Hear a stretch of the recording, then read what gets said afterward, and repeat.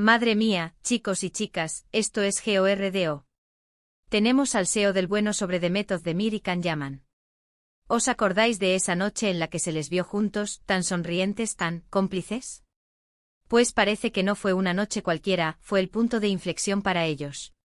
Yo no sé vosotros, pero yo he estado dándole vueltas a esto desde que saltaron las primeras fotos. Siempre se rumoreó que había algo más que amistad entre ellos, y esta noche parece que se confirmó. Las imágenes, ¿recordáis? Salieron de ese evento y se fueron juntos. Y no se fueron a sus casas por separado, eso está clarísimo.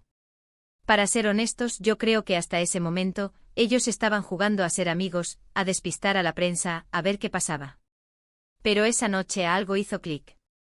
Algo hizo que se dieran cuenta de que lo que sentían era real, o quizás lo suficientemente interesante como para explorarlo.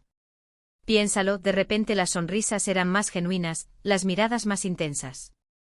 Se notaba a leguas. Lo que yo sospecho es que esa noche fue la excusa perfecta para dejar caer todas las barreras. Ya sabes, la presión de ser famosos, de que te anden siguiendo las cámaras, todo eso puede ser un agobio. Pero cuando estás a solas, en un momento íntimo, es diferente. Y si encima te sientes atraído por esa persona, ¡boom! Muchos dicen que fue solo un rollo pasajero, que la prensa infló la historia. Pero yo os digo una cosa, después de esa noche, la química entre ellos en pantalla y fuera de ella, se disparó.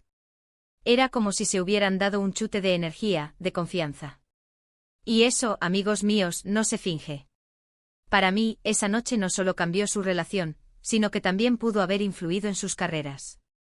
De repente la pareja de Met y Can se convirtió en la pareja del momento. Las marcas, los proyectos, todo se les vino encima. Y ellos, encantados, aprovechando el tirón. ¿Quién no lo haría?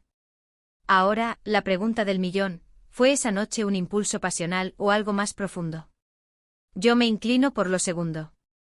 Cuando hay tanta conexión, tanta química, y además se ven obligados a trabajar juntos, es difícil que no surja algo más. Y esa noche, parece que se dieron el permiso para que sucediera.